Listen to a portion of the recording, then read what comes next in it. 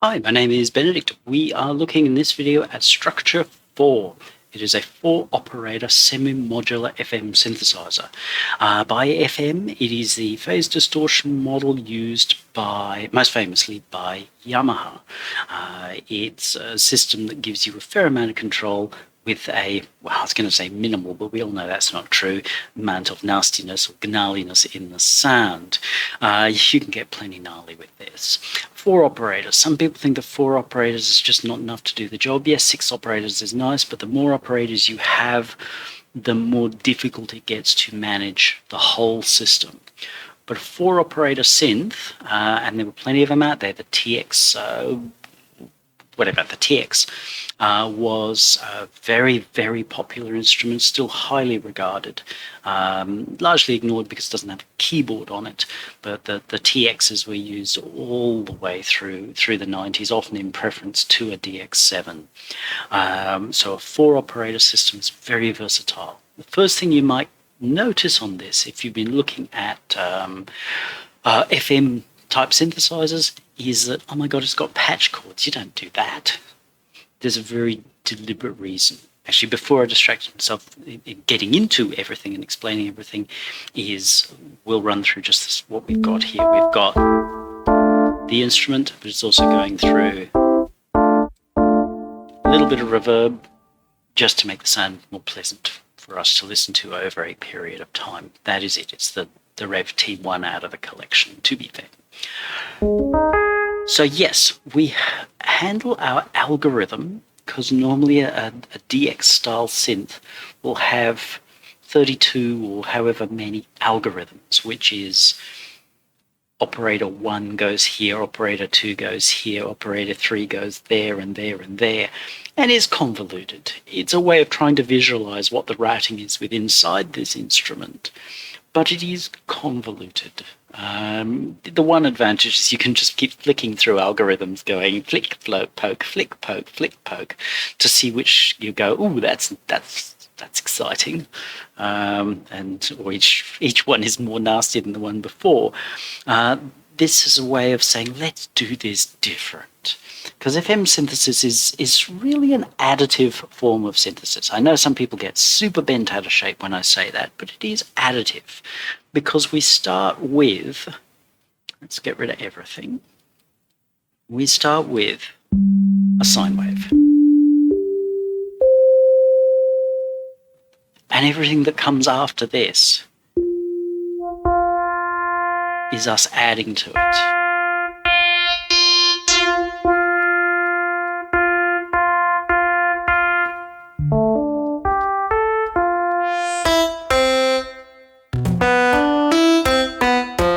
We add some of this, we add some of that, and it gets more detailed, more spitty.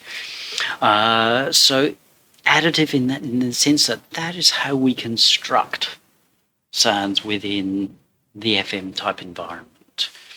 So we've got 4 operators. They're essentially all the same. Routing is that each one has the ability to feed back to itself. Now, this is not a perfect feedback. To create this, there has to be a little latency between the signal coming out and going back into itself. Otherwise, the world explodes. And that means, as you heard here, let's turn these down so we know we got nothing. You can actually hear that whap sound in there. That's the latency catching up with itself as it goes round and round and round. Being FM, everything that you do is prone to being very dramatic. So you really need to learn to be quite subtle with your movements. Because if you just do that, you'll go, that sounds horrible. Yes, it does. FM is incredibly good at making horrible sounds. Some bands have made a living off that. Front 242, I think, and One still uses FM synthesis as their primary means of synthesis because it's got this edge to it. But you can get beautiful, glassy, warm sounds from it. You just got to learn to be subtle. But the feedback, the way this works, is it won't do anything, but we've got an output and an input. Now, for those of you who are ahead of me, yes, you're right. You can break these. You can wire these up in strange patterns. Don't blame me when it gets nasty. Make sure you've got a limiter across yourself, but you can do whatever you want. That was part of the attraction for going with this method, that it was like you can do really weird, scary, messed up stuff with this if you so desire. So each line has an input and an output. Within the feedback circuit, they're self-contained. You generally won't go changing that. It just means that we're sending our sound out here to in here. There is absolutely no reason why we couldn't have wired our feedback internally, but then it was harder to control with this knob. So it just made more sense to do it this way. Each operator, I was going to say oscillator, has the ability to be routed.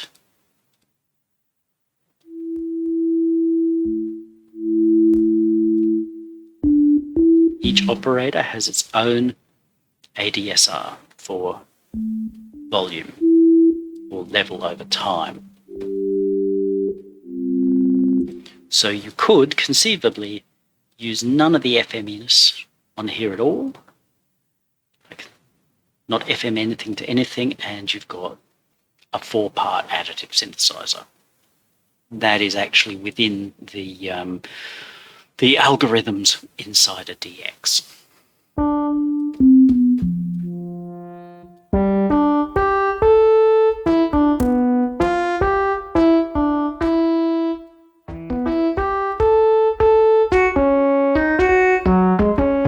So feedback will give you interesting sounds. We've got octave control.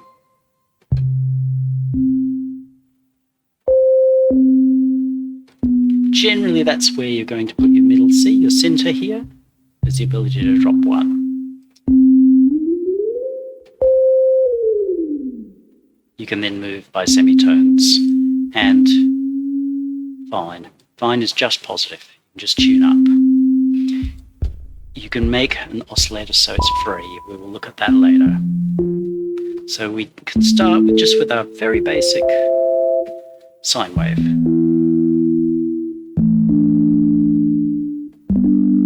Make ourselves a little sine piano. It's heading to our output, which goes to our main volume and our pan. That's it, nice and simple. We can assign a pitch envelope, which is this fellow up here.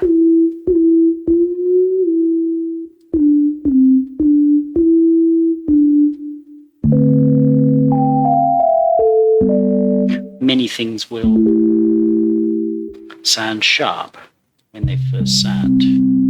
So little detail, very useful later.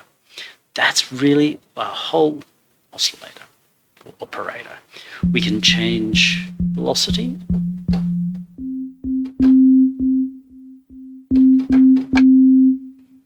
That's really useful for later. And feedback we've seen. This one allows us to reduce the overall level at which the operator will run. I could just as well have not put this option on the bottom one, working on the assumption that our bottom operator is always going to be the one that's output, but giving people the most amount of options, I decided some people will want the top one to be their operator that outputs, some people will want it to be the bottom one that outputs, depending upon whether they like to think everything below is controlling what's above or whether everything above is controlling what is below. Entirely up to you how you think, therefore how you run this.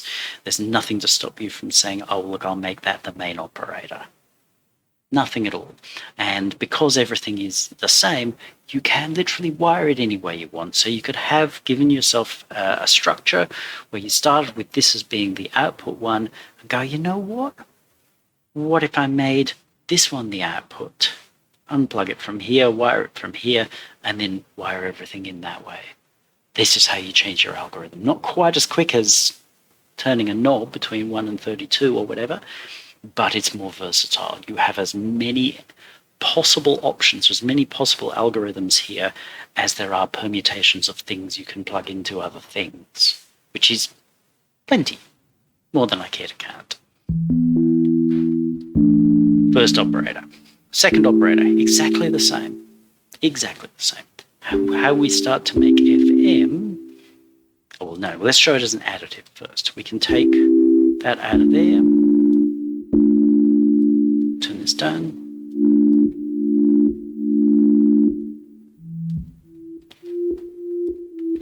Just getting rid of velocity on the bottom one.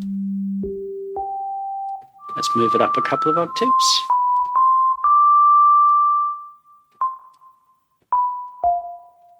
So we've got our main sound.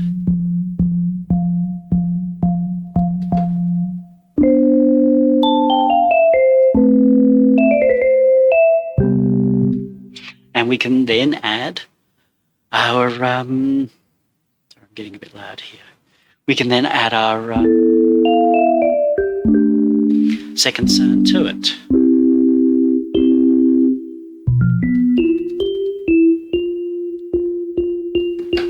See, it gets brighter with velocity.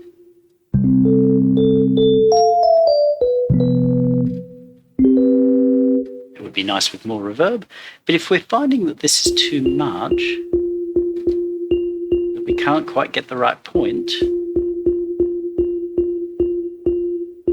we can switch to fine mode.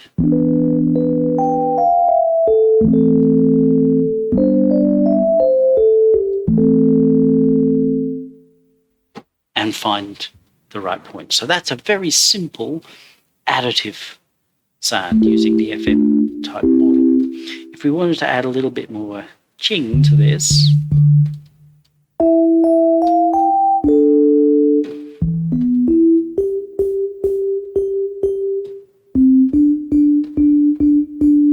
see, we're brightening it up.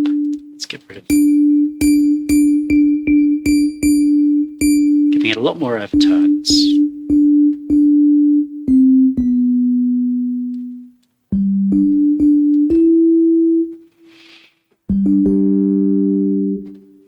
Or we could do something like this if we were working with a pad.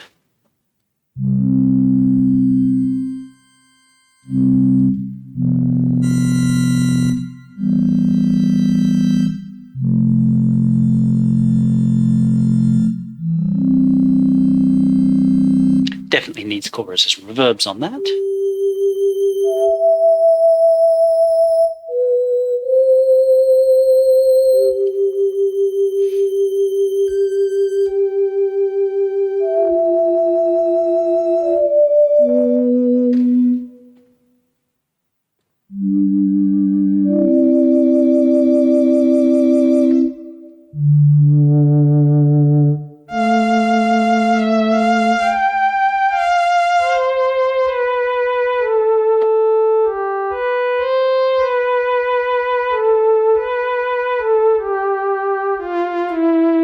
This is how FM gets such a great reputation for flutes and leads. It has a poor reputation for strings, which is a shame because I think it can do a tremendous job with strings. It has a wonderful reputation with brass because brass is all about detail, but it can do lovely strings so long as you understand that they're not going to sound exactly like a string synth and they're not going to sound like a Jupiter 8, but they are going to have a real interesting character of their own. So that's without any FM. If we now unplug this, just the rules on this. I went over them on Janus 4, but maybe you haven't watched that one. The cables, to get them out, you want to click on the cable in the jack hole. To get them to go from somewhere to somewhere else, so our output from operator 2, if we want to send it to operator 1, we just left click, drag to there, click, and it will take. If we want to get rid of it, remove. If we've got several cables into the one jack, which is perfectly doable, in and out of any jack, anything that will plug to anything else you can do. If we want to get this out, we again right click, it'll always take whatever's on top. So even if we wanted this one down the bottom out, it would have to come out second, or we could simply say, I'll remove it there. There's a little bit of getting used to, but the system works. The system is perfectly functional. So now if we want to FM, let's get rid of that. go back to a piano type sound. We will take this output, and rather than sending it to the listener, we will send it to control operator 1, or the bottom operator. I haven't numbered them at all.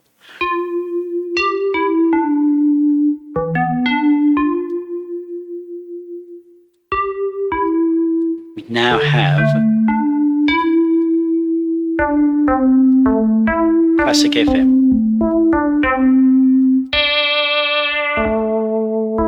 As you see, pretty aggressive.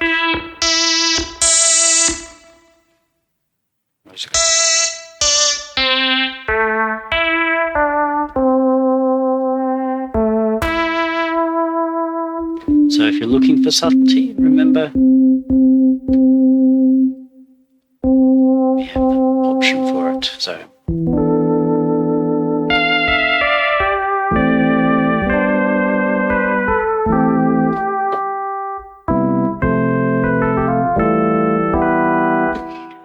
early to mid-80s, that was one of the most famous sounds in the world. Very basic FM piano. Doesn't sound remotely like a piano, behaves tremendously in almost any style, whether it's rock, jazz, blues, whatever. It's immensely versatile sound.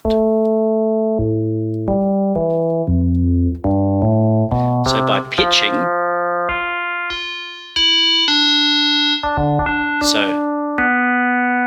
same pitch will give us essentially a sawtooth. Below will give us, I can't remember what kind of wave, good for grunty bass sounds. Plus 1 octave will give us a square wave. So clarinet.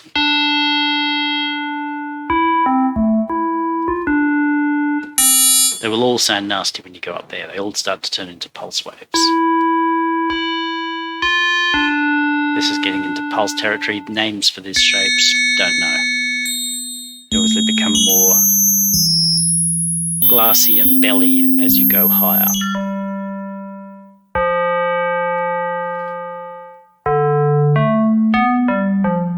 So if we now decided to bring in a third operator, let's say run it up here somewhere.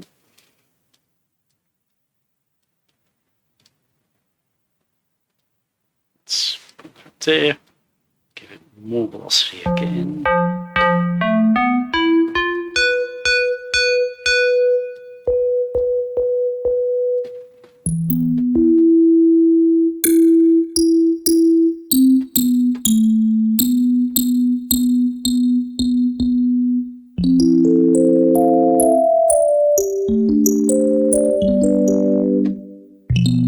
Let's just turn a little bit of oversampling on.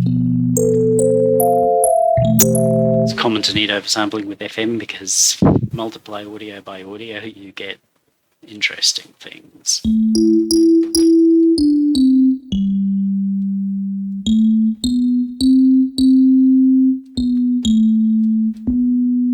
Oh, turning up the wrong thing.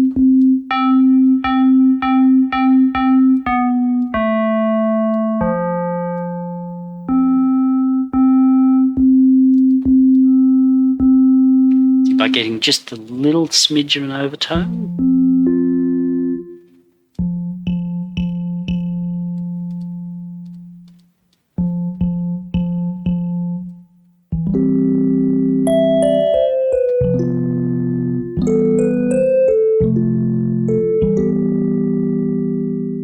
We get a really, really nice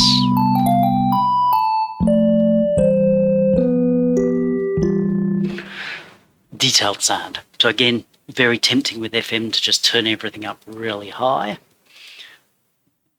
You can go, oh, but then I need a filter. You know, if you need a filter to control your FM sounds, you're just doing it wrong. Sorry to say, but you're overdoing it. The whole idea is that we are building very carefully.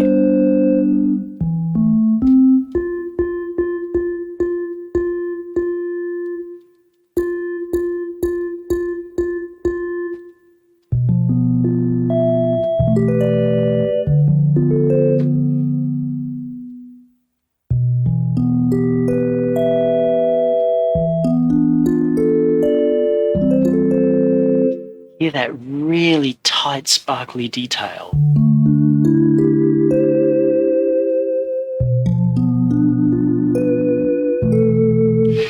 That's what FM excels in. Analog really just doesn't deliver that.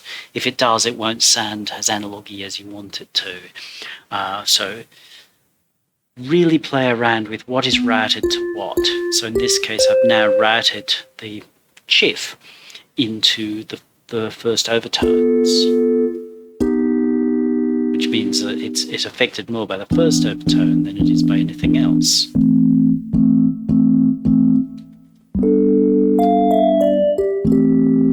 We can make, obviously, everything more or less detailed. We can make our chiff last a lot longer. At which point it becomes incredibly glassy.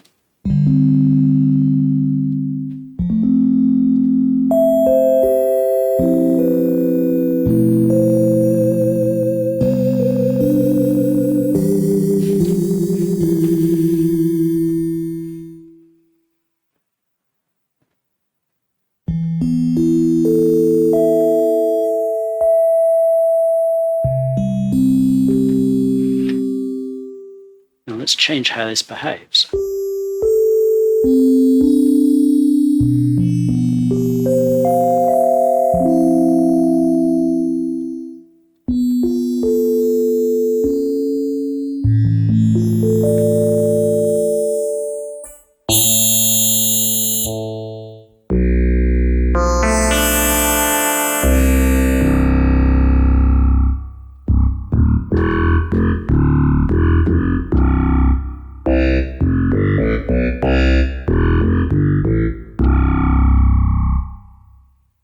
Real classic DXy type sound.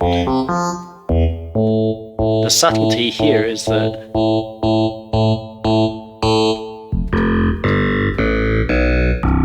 while it's tempting to think, oh yeah, that's the sound that I want,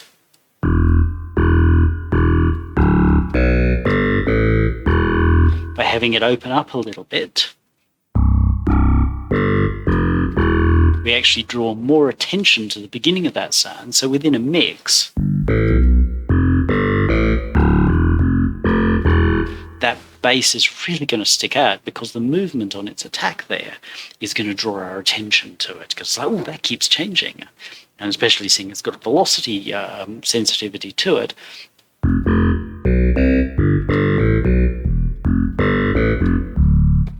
we feel that change all the time. So there's your real charms to FM that make it work so much nicer over analog in certain situations.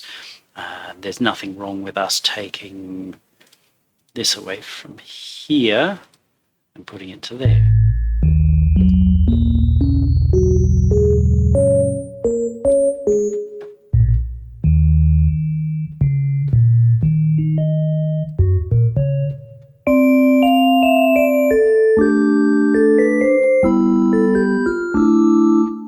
Just by changing our architecture or our algorithm, we're getting a very different result. Let's look at everybody's favorite FM sounds. Brass. Let's get rid of that. Get rid of now.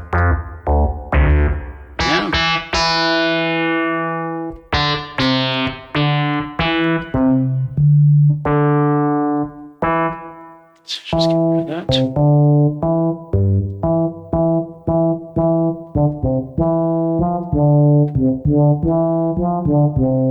So we've got the beginnings of brass now. But rather than going, oh, we want it to be bright, so I'll go there, let's go dull.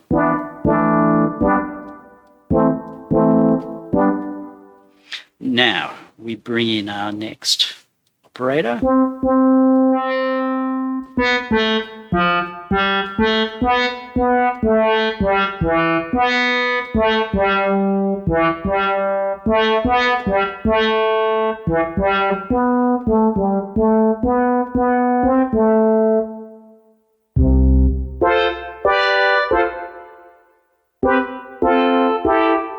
Yeah, we're getting a much more subtle brass sound than we would have otherwise. Let's now take this one to here and see what we get.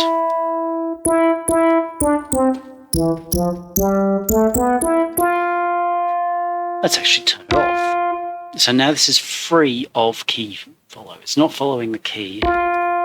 It's just essentially a kind of LFO.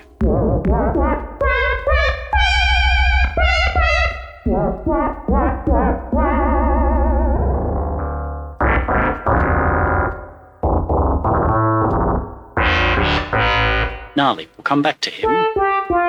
Let's look at a little bit of pitch envelope. Because we know when we're making analog brass that little pitch envelope at the beginning tells us a lot about what we're listening to.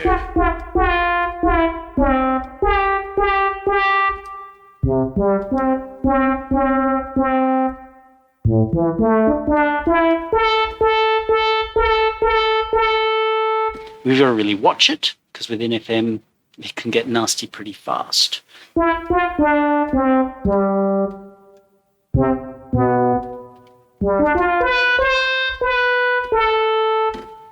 Let's go back to this guy.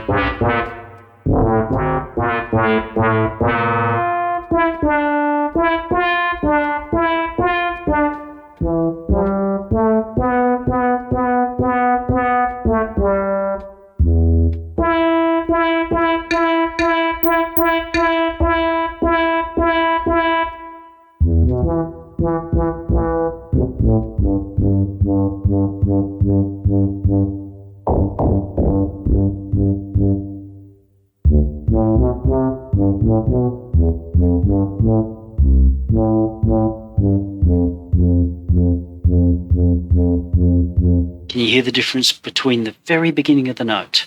Very beginning of the note here is clean, therefore not very exciting. But when somebody blows into a brass thing, they're actually farting in it. So the is the beginning of every brass note. So by putting a little bit of this in here, we have added a detail.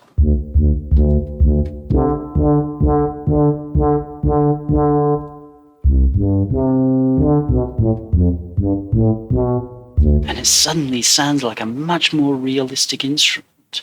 It's not meant to be real, but as an instrument it sounds realistic. It's got that little blah on the beginning that you're going to get from any kind of brass instrument. So it's actually added a lot of welly to this sound.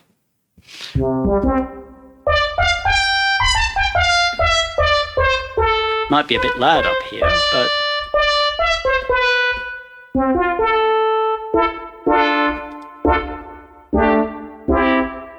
that's where you can then consider, well, am I going to bring a filter in on this job?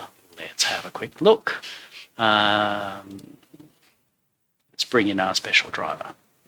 Not knowing what we're going to get, let's just bring it in.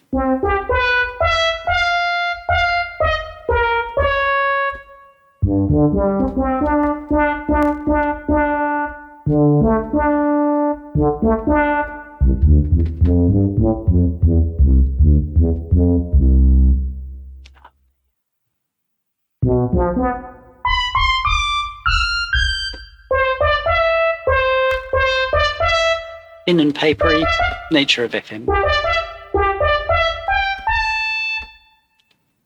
We can control that there, but it's not the first thing that we should be looking for. It's up to you how you make sounds, but obviously putting filters on FM sounds before you've even made the FM sound is kind of lazy. It's not really FM, it's just subtractive synthesis, and you're making a different way to create your oscillator waveform. You're going to miss out on the real subtleties there. So you see how little we're adding often, because that's turned off, like to sensitive mode.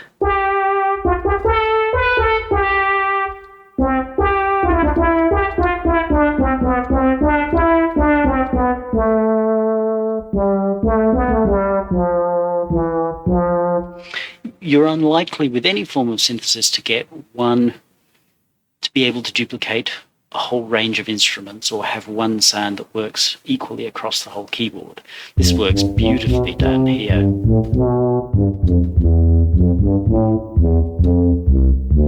Tubas or something like that. It's super for that. Once we get up into the sort of alto trumpet area type, it's not quite right.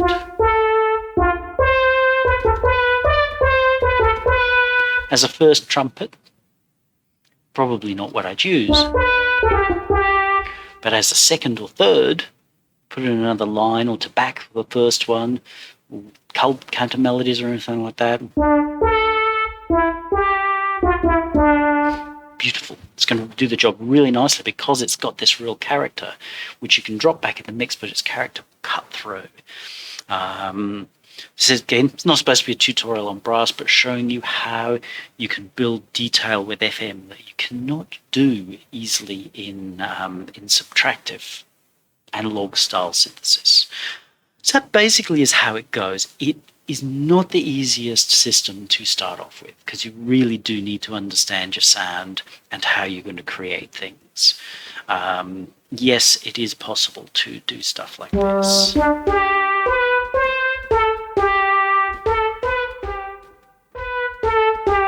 Nothing to stop you from doing that.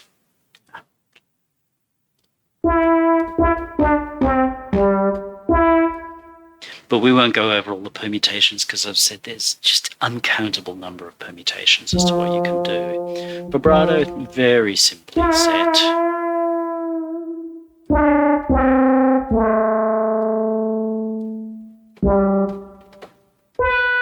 Depth controls how much this is going to happen.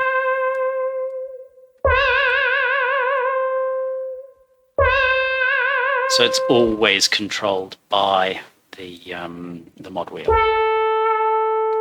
or scaled by the mod wheel. Yes, it limits some options, but the whole idea is that these were designed for, I built this really primarily for making lead and performance sounds, so sounds that I was playing. There's a video up there which is all made with this little fella. That was the kind of sounds it was made to do. You can do anything you want with it past that.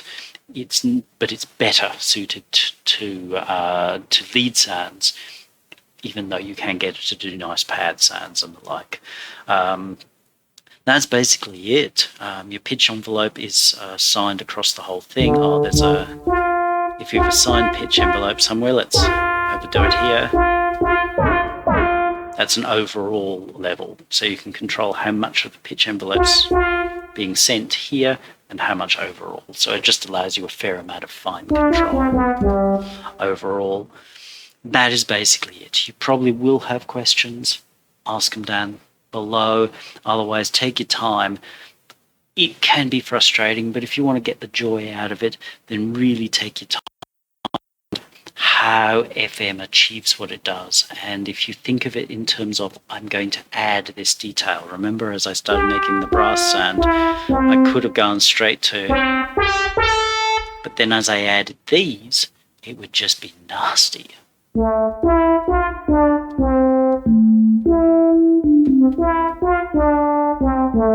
So it's better to be subtle. And because of this, there's nothing wrong with assigning something to several places. Absolutely nothing wrong at all. So this is going to there. It could maybe go to there as well. We obviously need to have less of it. We could send that's going to there. We could send that to there as well.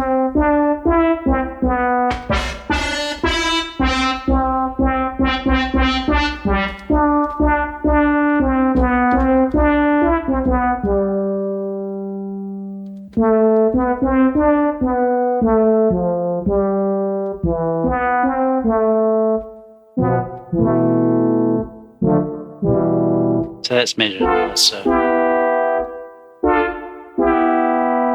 That inside a track's going to sound great. So it's about very subtle movements because you're going to change your sound quite dramatically.